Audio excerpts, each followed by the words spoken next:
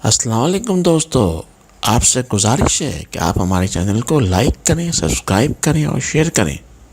شکریہ۔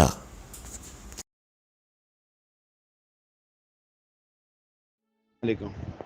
اچھا سعید، ایک واقعہ تو یہ ہے کہ ایک مرتبہ ایسا ہوا کہ میں کالج سے گھر آیا، وہاں کیریا والے گھر کی بات بتا رہا ہوں۔ کالج سے گھر آیا تو پتہ چلا کہ ایک خط جو ہے وہ پڑا ہوا تھا سامنے، پاکستان پوسٹ کا جو لفافہ ہوتا ہے اس میں۔ تو میں نے وہ خط اٹھا لیا، اٹھا کے دیکھا تو پتہ چلا کہ ابو کے کزن مردان میں رہتے تھے، وہاں سے آیا تھا۔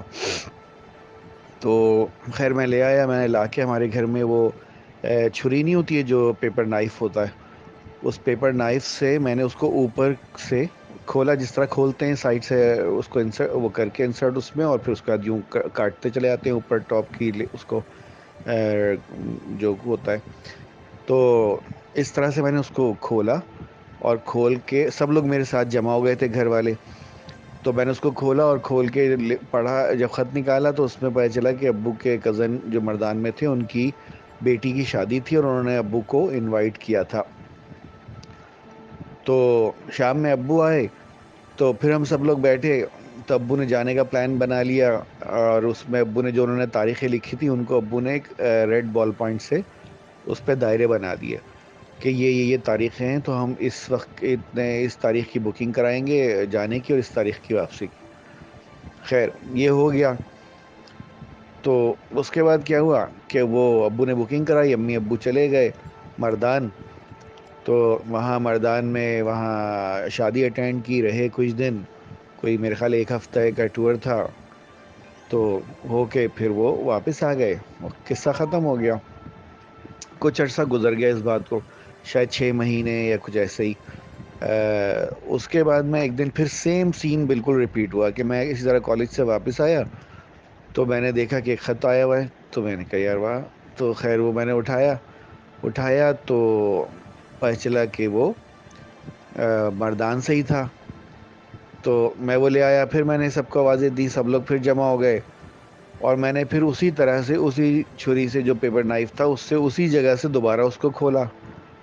جب دوبارہ کھولا تو اندر سے خط نکلا، جب خط نکال کے کھولا تو پتہ چلا کہ وہ وہی خط ہے جس پر ابو نے جو شادی کی انہوں نے انویٹیشن دی تھی جس میں، اور ابو نے باقاعدہ اس پر ریڈ بال پوائنٹ سے جو ہے نا وہ گول دائرے بنائے ہوئے تھے تاریخوں پر، اور امی ابو ہو کر بھی آ چکے۔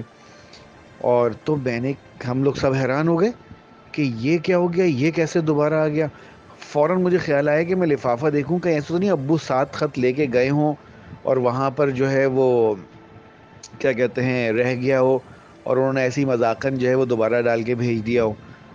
تو اب وہ جب ہم نے لفافہ دیکھا تو لفافے پہ اسٹیمپس جو ہیں وہ وہی پرانی لگی ہوئی تھی ڈیٹ کی، جس وقت وہ پہلی دفعہ آیا تھا۔